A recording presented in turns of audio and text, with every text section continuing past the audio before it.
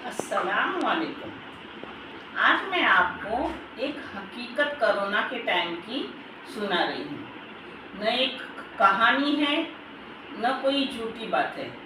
ये मेरे समदन ने बताई हुई उनके गांव की बात है जो है बिहार। वो मेरे समदन खास बिहार के हैं, यानी मेरे बहू के माँ बाप बिहार के, मगर वो रहते हैं इंदौर में।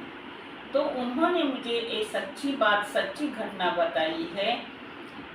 अपने कोरोना के टाइम लॉकडाउन हो गया था और बड़ा लॉकडाउन था, तो उस वक्त कारखाने भी बम्बई के बंद हो गए, तो उन लोगों को गांव भेज दिया गया। बहुत सारे लोग गांव गए। उसमें अजय नाम का एक आदमी था जो अपने गांव गया, और वहां जाने के बाद उसको कोरोना हो गया। यानी 2 महीने वो अच्छा था, उसके बाद उसे कोरोना हो गया, और कोरोना होने के बाद दवाखाने में उसे दाखिल करा दिया गया और दवाखाने में ही वो ख़त्म हो गया। यानी मैयत तक उसकी घर नहीं लाई गई, वहाँ ही शमशान में उसको जला दिया गया। अब कोरोना थोड़ा ठंडा होने के बाद दोबारा अपना कारखाना शुरू हो गया, बम्बई का काम वाले शुरू हो गए, तो सबको बुलाया गया और अजय भी वहाँ काम को आ गया। ऐसे आ गया जैसे पहले थे वैसा ही। यानी किसी को कारखाने पे मालूम नहीं कि इसकी डेथ हो गई है, और अच्छे से आया, उसने काम करना शुरू किया।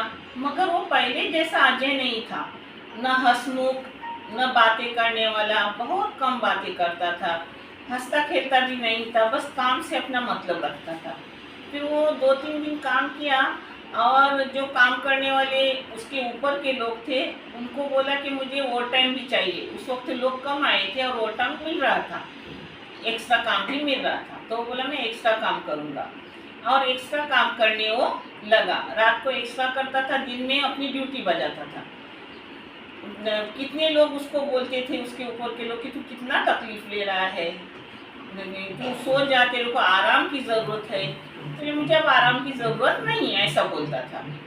ऐसे काम करते करते उसको 1.5 महीना हुआ होगा, 1.5 महीना हुआ। और एक दिन वो सस्ता ने ऐसा बैठा था रात को, यानी थोड़ी आराम करने कुर्सी पर बैठा था, और वहाँ का जो वॉचमैन रहता है वो फेरी मारता है ना, रॉन मारता है, वो रॉन के लिए उधर से गुजर रहा था। तो उसने देखा कि अजय की जगह एक बहुत भरकम जिस्म का इंसान बैठा हुआ है, इतना बड़ा कि उसके हाथ पाँव कितने, उसका मुंह क्या क्या क्या। तो वो डर गया और डर से भाग गया, और दूसरे वॉचमैन को बुला कर लाया। बोले चलो, अजय सोया है, उसकी सूरत तो है, मगर उसका जिस्म कितना बड़ा हो गया है। तो आया तो देखा तो कुछ नहीं, अजय ऐसे ही सस्ता रहा था, अजय की ही सूरत में था। तो बोला उसकी कोई भूल हो गई, उसने कोई सपना देखा होगा नींद में, ऐसा बोलकर वो बात इधर की उधर हो गई।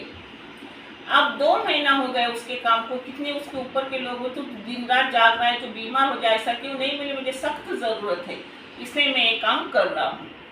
अब 1 महीने की उसने तनख्वाह ली नहीं, बोले एक साथ में 2 महीने की तनख्वाह ले लूँगा। और उसने दिन रात काम करके उसके कुछ 50,000 रुपया हो गए 2 महीने की, यानी ओवर टाइम भी किया और खुद के पैसे भी।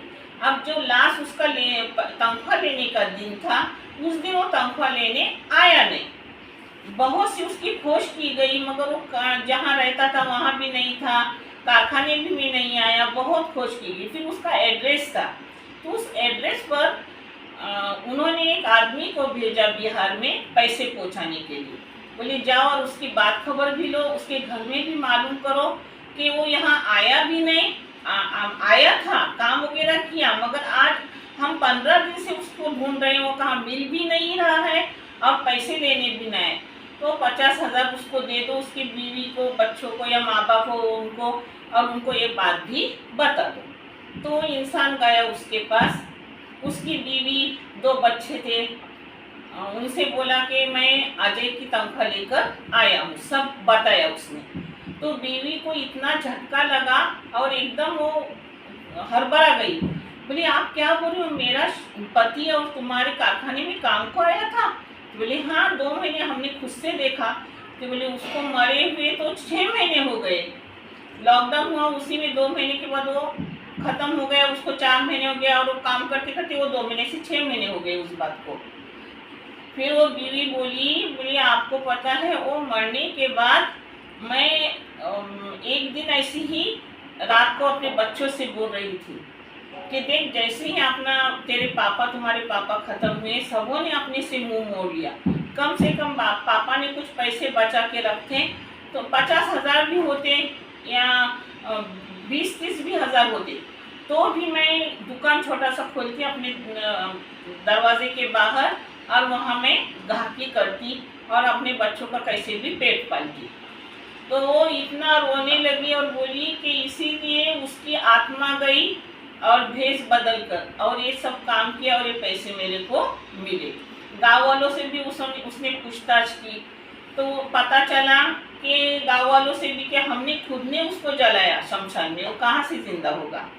मगर देखो जिसको अच्छे काम होते हैं, जो अच्छे काम करता है वो मरने के बाद भी अच्छा ही सोचता है और अच्छे ही काम करके जाता है। ये अपने को सबक मिल गई है कि अच्छों के साथ अच्छा ही होता है। आपको मेरी ये बात कैसी लगी, सच्ची बात मैंने आपको बताई, ज़रूर कमेंट करके बताओ। और जो भी आपको बोलना है आप बिंदास बोल दो कमेंट में, मैं आपका जवाब दे दूँगी।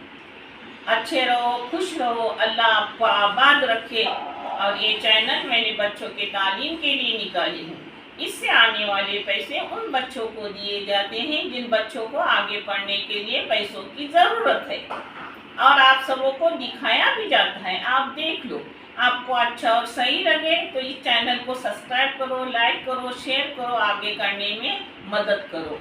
इंशाल्लाह अल्लाह रब्बुल करीम अपने सबों की गई भी मदद करेंगे और अपने सबों को जज़ाए खैर भी देंगे इंशाल्लाह। अल्लाह हाफिज़।